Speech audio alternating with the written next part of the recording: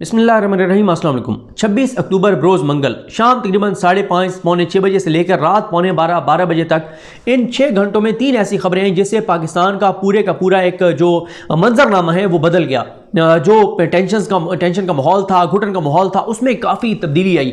3 ऐसी खबरें आई जो जिनमें से इमरान खान के लिए भी अच्छी चीज़ें थी और इमरान खान साहब से बढ़कर, प्राइम मिनिस्टर पाकिस्तान इमरान खान साहब से बढ़कर पाकिस्तान और पाकिस्तानियों के लिए भी अच्छी खबरें थी। 3-4 बड़े इशू चल रहे थे पाकिस्तान में। सबसे बड़ा मसला ज़ाहिर है महंगाई है, आम आदमी का इशू है, महंगाई है, बहुत बड़ा इशू है। फिर उसके बाद दूसरा जो मौजू जो बहुत ज़्यादा डिस्कस हो रहा था, महंगाई से भी ज़्यादा डिस्कस हो रहा था, वो था सिविल मिलिट्री ताल्लुकात, DGISI की तैनाती का मामला। इसके अलावा IMF से मुज़ाकरात चल रहे हैं और बड़ी एक अजीब सी एक सूरत हाल थी। इसमें खैर थोड़ा सा ये ज़रूर है कि इतवार के दिन जब पाकिस्तान ने भारत को इबरतनाक शिकस्त दी, थोड़ा सा एक माहौल चेंज हुआ, लेकिन ज़ाहिर है बहुत सारी जो टेंशन है वो बरकरार थी। लेकिन 5:30 पौने 6 बजे पहले एक खबर आती है और वो खबर ये आती है कि प्राइम मिनिस्टर पाकिस्तान इमरान खान साहब और आर्मी चीफ जनरल कमर बाजवा साहब की मुलाकात हुई और उसके बाद फिर एक मुलाकात में DGISI जनरल फैज़ हमीद साहब भी मौजूद थे और नोटिफिकेशन जो है वो जारी कर दिया गया है। 20 नवंबर से नए DGISI नदीम अहमद अंजुम साहब जो हैं वो आकर चार्ज संभालेंगे। इस खबर के साथ ही ज़ाहिर है वो जो एक स्पेकुलेशंस थी, अफवाहें थी, जो दावे थे, जो इंकशाफात किए जा रहे थे कि इमरान खान जो है वो नदीम अहमद अंजुम साहब को नहीं लगाएंगे, इमरान खान किसी और को लगाएंगे, बहुत बड़ा को फड्डा होने जा रहा है, फौज और इमरान खान की बहुत बड़ी लड़ाई होने जा रही है, इमरान खान को घर भेज दिया जाएगा, इमरान खान की हुकूमत को गिरा दिया जाएगा। फिर आप देखें कहा जा रहा था, कोई कह रहा था कि उस बंदे की तलाश है जिसका नाम आइन से शुरू होगा, कोई कह रहा था कि फलाना सियारा जो है वो इस जगह पर है, इस जगह पर आएगा तब इमरान खान नोटिफिकेशन करेंगे, कोई कहता था कि इमरान खान जो है वो एक सरजमीन मुकद्दस है वहां से आके ये नोटिफिकेशन करेंगे सऊदी अरब से, कोई कह रहा था, कोई चांद ग्रहण कह रहा था, कोई क्या कह रहा था, मुख्तलिफ स्पेकुलेशन थी और मुख्तलिफ तरह के दावे थे, हर बंदे का अपना एक दावा था और इस तरह की चीज़ें चल रही थी। खैर वो चीज़ें दम तोड़ गई जब आज इमरान खान साहब ने जो है वो मुलाकात की और नोटिफिकेशन भी हो गया और वही लोग जो पहले कुछ और कह रहे थे आज कुछ और कहने लग गए और इस तरह की चीज़ें जो हैं वो हो गई। बहरहाल वो अफवाहें दम तोड़ गई और नदीम अहमद अंजुम साहब का बहरहाल नोटिफिकेशन हो गया। 20 नवंबर से वो आकर और चार्ज संभालेंगे।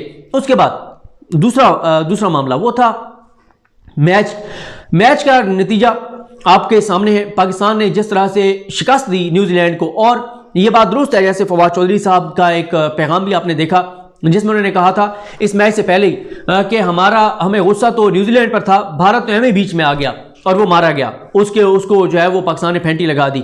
ये बात दुरुस्त है कि पाकिस्तानियों को सबसे ज्यादा जो गुस्सा था वो भारत से भी ज्यादा न्यूजीलैंड पर था, क्योंकि भारत पर भी खैर गुस्सा था लेकिन न्यूजीलैंड पे ज्यादा इसलिए था कि न्यूजीलैंड ने जो जख्म लगाया पाकिस्तान को, उसने पाकिस्तान को बहुत तकलीफ दी, पाकिस्तान को इंटरनेशनली एम्बेरसमेंट हुई। भारत ने एक चाल चली, साजिश की और न्यूजीलैंड उसका आलाकार बना। न्यूजीलैंड जो है वो होटल से स्टेडियम आने की बजाय वो होटल से जनाब उन्होंने अनाउंस किया कि वो फौरी तौर पे पाकिस्तान छोड़कर जा रहे हैं, सिक्योरिटी कंसर्न्स हैं, दहशतगर्दी का खतरा है। पाकिस्तान ने बहुत समझाया, प्राइम मिनिस्टर पाकिस्तान इमरान खान साहब ने उनकी वज़ीर-ए-आज़म से भी बात की लेकिन वो नहीं रुके और वो वापस चले गए। आज पाकिस्तान ने जिस तरह से उनको शिकस्त दी तो आज पाकिस्तानियों का दिल जो है वो ठंडा हो गया है, आज पाकिस्तानी सुकून में है। और शेख रशीद साहब ने तो कल कहा था ना, परसों, कि भारत से जीतने के बाद उन्होंने अपना कहा था कि मेरा वर्ल्ड कप खत्म हो गया है, बस भारत को पाकिस्तान ने हरा दिया, मैं राजी हूं, अब पाकिस्तान अगले को मैच जीते या ना जीते। लेकिन यकीन करें आज पाकिस्तानियों की अक्सरियत दुआ गो है, अमल करे कि पाकिस्तान वर्ल्ड कप जीते, पाकिस्तान को मजीद कामयाबियां मिले, पाकिस्तान को मजीद अरूज मिले, मजीद पाकिस्तान इस तरह से जो है वो खुशियां देती रहे पाकिस्तान की टीम। लेकिन सच्ची बात यह है कि पाकिस्तानियों की अक्सरियत जो है वो ये कह रही है कि हमारे लिए आज वर्ल्ड कप पाकिस्तान जीत गया है, क्योंकि पहले पाकिस्तान के खिलाफ साजिश करने वाले भारत को शिकस्त दी और फिर उसके हाथों आलाकार बन के पाकिस्तान पर घाव लगाने वाले, इंटरनेशनली पाकिस्तान को एम्बेरस करवाने वाले न्यूजीलैंड को भी पाकिस्तान ने शिकस्त दी। स्टेडियम के अंदर जिस तरह से सिक्योरिटी के नारे लगे, सोशल मीडिया पे जैसे मीम्स का तूफान आया, जिस तरह से पाकिस्तानियों ने ट्रोलिंग की और जिस तरह से पाकिस्तानियों ने जश्न मनाया, ये भारत बहुत बड़ा साइकोलॉजिकल जो है वो एक हमला होगा भारतीय टीम के दिमागों के ऊपर भी,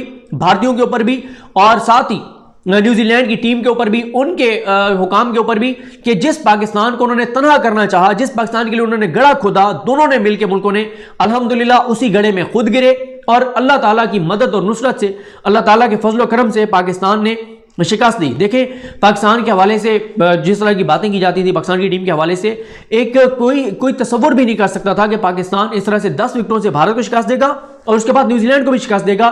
तो पाकिस्तानी बहुत ज़्यादा खुश है, इससे पाकिस्तानियों के अंदर एक खुशी आई। बड़े दिनों से जो एक डिप्रेशन का माहौल था उससे बहरहाल पाकिस्तानी निकले और अल्हम्दुलिल्लाह अल्लाह ताला के फजल और करम से पाकिस्तान ने जो है वो ये कामयाबी हासिल की। और मोहम्मद हफीज साहब का मैंने ट्वीट देखा, उन्होंने ज़बरदस्त ट्वीट किया, उन्होंने बिल्कुल ठीक कहा। उन्होंने कहा कि हम ये फतह पाकिस्तान की उन सिक्योरिटी फोर्सेस के नाम करते हैं जिन्होंने कुर्बानियां दी, जो पाकिस्तान में अमन लाए। पाकिस्तान ने देखें जब न्यूजीलैंड जा रहा था पाकिस्तान ने कहा बताएं तो कहां से थ्रेट है, कुछ सबूत तो दें। बाद में जो चीजें पाकिस्तान के सामने आई, पाकिस्तान ने एक एक चीज को गलत साबित किया, एक एक चीज का बताया, किस ईमेल एड्रेस से ईमेल की गई, कौन सा नंबर यूज हुआ, कौन सी डिवाइस यूज हुई, एक एक चीज पाकिस्तान ने कच्चा चट्टा दुनिया के सामने खोलकर रख दिया कि यह भारत की साजिश थी। न्यूजीलैंड उस साजिश का हिस्सा बना और पाकिस्तान से उनकी टीम खेले बगैर चली गई। इसी दौरान तीसरी खबर आई रात तकरीबन 12 बजे। यह खबर थी सऊदी अरब से। अभी इमरान खान साहब सऊदी अरब गए थे क्योंकि मसला यह है कि पाकिस्तान इस वक्त सबसे ज्यादा जो पाकिस्तान महंगाई की वजह पाकिस्तान में बन रहा है वो ऑयल प्राइसेस हैं। इंटरनेशनली ऑयल प्राइसेस बढ़ी हैं और वो फैक्ट्स एंड फिगर्स कई बार मुज़म्मिल असलम साहब दे चुके हैं, बता चुके हैं। आप खुद भी आप देख लें कि इंटरनेशनल प्राइसेस कितनी ज़्यादा बढ़ी है इंटरनेशनल मार्केट में, इसमें कोई दूसरी राय नहीं है। इस मामले में हुकूमत, कोई एक बंदा भी जो आपको इंडिपेंडेंट हो वो ये नहीं कहेगा कि हुकूमत जानबूझ के कीमतें बढ़ा रही है। सब आपको ये बताएंगे कि बिल्कुल इंटरनेशनली ऑयल प्राइसेस की कीमतें बढ़ रही हैं। इमरान खान साहब फिर हमारी इंपोर्ट्स बढ़ी और जाहिर है फिर जो इंपोर्ट्स बढ़ी तो उस वजह से काफ़ी दबाव आ रहा था हमारी करेंसी के ऊपर। डॉलर का रेट आपने देखा 175 तक पहुंच गया। तो अल्हम्दुलिल्लाह अल्लाह ताला के फजल करम से मुश्किल में सऊदी अरब ने पाकिस्तान का साथ देने का फैसला किया। 3 अरब डॉलर सऊदी अरब डिपॉजिट करवाने का फैसला किया है पाकिस्तान के सेंट्रल बैंक में। 3 अरब डॉलर रखवाए जाएंगे ताकि पाकिस्तान के जो रिजर्व्स हैं वो बेहतर हैं, पाकिस्तान की जो करेंसी है उसके ऊपर दबाव कम हो और पाकिस्तान की करेंसी मजीद जो है वो डिवैल्यू होने के बजाय वो सरवाइव करे, वो उसकी वैल्यू जो है वो बेहतर हो। और साथ ही इससे भी अच्छी खबर यह है कि 1 साल तक उधार पर डेफर पेमेंट पर पाकिस्तान को जो है वो ऑयल जो मसनूआत हैं वो दी जाएंगी और बताया जा रहा है कि 1.2 अरब डॉलर 1 साल में इनकी जो ऑयल की प्रोडक्ट हैं वो दी जाएंगी पाकिस्तान को। और ये भी भारत एक बहुत बड़ा पाकिस्तान के लिए रिलीफ है। पाकिस्तान की इंपोर्ट में सबसे बड़ा जो हिस्सा होता है वो जो ऑयल की प्रोडक्ट्स हैं, जो पेट्रोलियम मसनूआत हैं उन्हीं का होता है। ज़ाहिर है पेट्रोल डीजल ये सारी चीज़ें पाकिस्तान इंपोर्ट करता है और जब पेट्रोल महंगा होता है हर चीज़ महंगी हो जाती है। और इस तरह से अगर पाकिस्तान को ये रिलीफ मिल जाएगा 1 साल तक तो जाहिर है पाकिस्तान थोड़ा सा सर्वाइव कर जाएगा। अल्लाह ताला करम करेगा इस दौरान, अल्लाह करे कि ऑयल प्राइसेस की कीमतें नीचे आए इंटरनेशनली तो पाकिस्तान भी अपने पाकिस्तानियों को रिलीफ दे। इसके अलावा आप देखेंगे कि ये जो एनवायरनमेंट सारा बना है ना, सिविल मिलिट्री तल्लुकात के हवाले से जो चीज़ें थी, जो अफवाहें थी वो दम तोड़ गई। पाकिस्तान मैच 2 जीता, उनकी वजह से मोरल पाकिस्तानियों को बहुत अप हुआ। तीसरे नंबर पे ये जो 3 अरब डॉलर और अब IMF का वो जो दबाव था वो भी ज़रा कम होगा। पाकिस्तान उस तरह से मजबूर भी नहीं होगा उनकी तमाम शराइत मानने पे। और तीसरा ये है कि इस सारी चीज़ से आप देखेंगे इंशाल्लाह कल से उम्मीद तो है, एक्सपेक्ट ये किया जाता है कि कल से इंशाल्लाह अल्लाह ताला करम करेगा और स्टॉक एक्सचेंज में बेहतरी आएगी और पाकिस्तान में एक बिजनेस के हवाले से बेहतर जो है वो इन्वायरमेंट होगा। इसके अलावा एक चीज़ आज बहुत ज़्यादा उस पर बात होती रही और वो थी कि जी 70 साल का रिकॉर्ड टूट गया है महंगाई के हवाले से। इस हवाले से मैं आपको यही कहूँगा कि मुज़म्मिल असलम साहब ने गुफ्तगू की थी, जो हमारा प्रोग्राम है रियासत और अवाम पब्लिक टीवी पर 8 से 9 बजे मैं और अदिल उड़ाई साहब करते हैं, हमारी जदून साहबा अदिल उड़ाई साहब और मैं, और उसमें मुज़म्मिल असलम साहब ने गुफ्तगू की।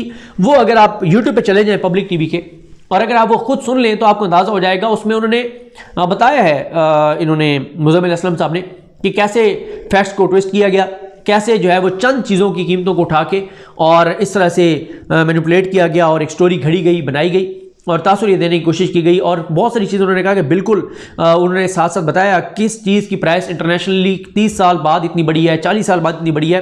वो चीज़ें ज़ाहिर है आप इंपोर्ट करते हैं तो उसमें तो आपका कोई किरदार नहीं है, आपने बाहर से जितनी की ख़रीदनी है उतनी में आपने अपने लोगों को देनी है।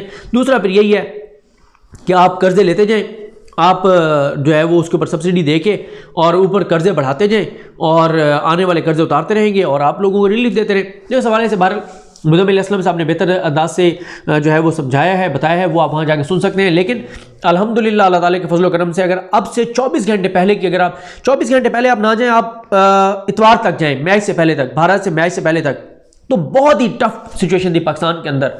बहुत घुटन का माहौल था, बहुत टेंशन का माहौल था। लेकिन अल्हम्दुलिल्लाह इतवार को मैच जीतने के बाद और अब ये जो 3 खबरें आई हैं, इनके बाद चीज़ें काफ़ी बेहतर हुई हैं और आप देखेंगे कि अल्लाह ताला अपना करम करे, अगले मैच भी पाकिस्तान जीते, पाकिस्तान सेमीफाइनल में जाए, वहाँ से फाइनल में जाए, पाकिस्तान जीते।